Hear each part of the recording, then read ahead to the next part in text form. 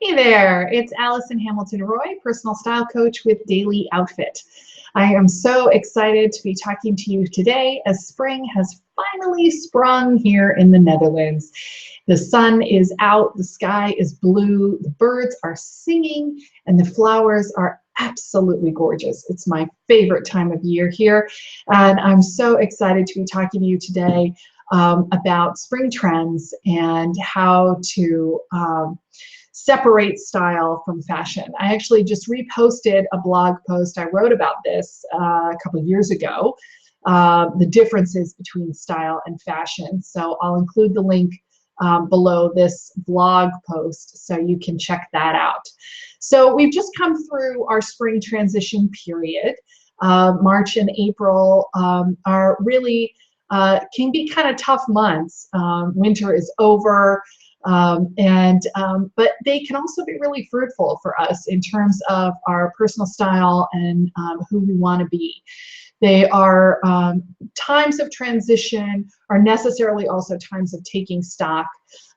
Bring your clothes out, kind of see, who was I last season? What is it that I'm enjoying? You know, getting those clothes fresh and laundered and ironed and ready to wear can be a way of thinking about who we want to be and stepping into what's next for us.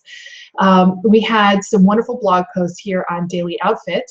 One from Emily Thorpe about #NotPerfect, which is a Facebook group that I started. It's a public group, so you can join it. Just search for #NotPerfect, and we're there, the recovering perfectionists. So if this is something that sounds about right to you, come and join us. We're all in the struggle. But she brought a wonderful viewpoint to the question of what is perfect anyway, and posited that we are perfect here and now in our very being, and everything that we've done is what brought us to this place, and that we are perennially evolving. So I love this viewpoint. It's beautiful. So I encourage you to read that blog post if you haven't yet. I also talked to you about color story. Spring transition is a great time to start thinking about your personal style. Growth mindset theory tells us that we can prime ourselves with our core values.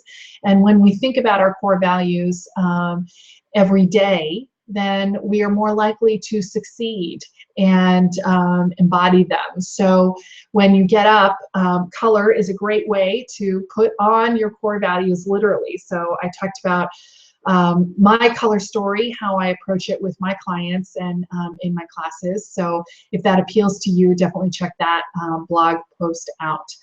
And lastly, we had Viv McAllister come and talk to us from Simply Skin about how to transition your skincare rituals from winter to spring, lightening everything up, and using scrubs and SPF. So I've definitely taken her tips to heart, and am excited and feeling good, lighter, with lighter moisturizers and using SPF now that the sun is out. So protecting our skin from those awful UV rays. So I hope that those were inspiring for you and helped you get through this spring transition period. I know I also have some spring rituals, seasonal rituals that I have been enjoying in the past month. So I did a detox. I took myself away for 24 hours, peace and quiet, just checked myself into a nice, clean little hotel room, nothing fancy, and took myself out for lunch and for a walk and read a book from cover to cover and really just enjoyed some time to myself. It's so important for us to take some time out and check in with who we are, get in line with our intuition.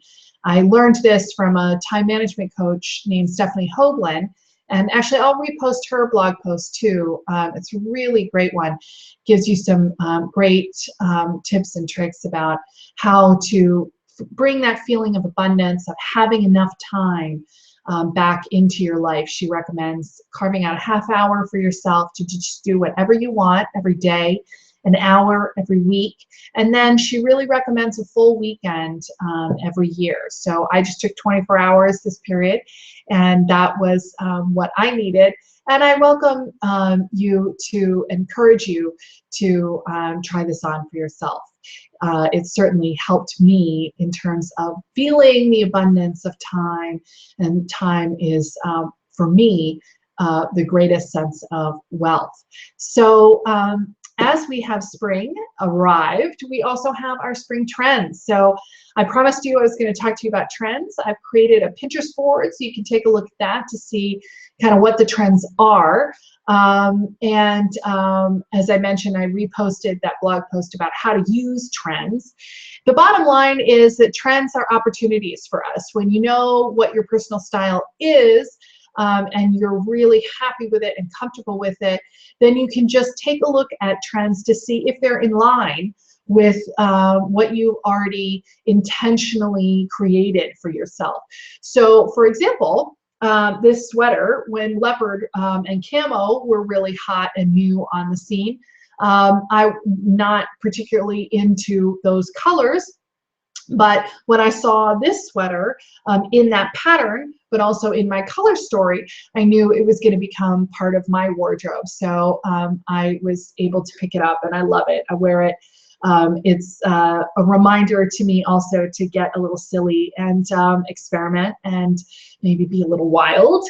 We're doing that actually right now in my Style Suites Masterclass. We're experimenting with style and learning how to accessorize, really using a tool that I call the Accessories Index to get that skill on lock. So the ladies have created their personal style. They know what their signature looks are. And we're really just taking this week to play and experiment and have fun. So I encourage you to do the same. Now, if you are wondering what the trends are, they are denim on denim, rose patterning, full trousers, off the shoulder, metallics, and of course we have the Pantone colors of the year, which are very soft and beautiful this year. I'll post those below the blog as well, so you can check them out, and they're also on my Pinterest board. So if any of these appeal to you, please do go out and take a look, see what's in the stores. For my VIP Style Pass members, the winners were denim on denim, rose patterning, and full trousers. Now, one of the comments that I had, not in my VIP Style Pass group, but from someone I was talking to about full trousers, she said, well, you know, I had a ton of full trousers in the 90s, and then I got rid of them all, adopted the skinny pant.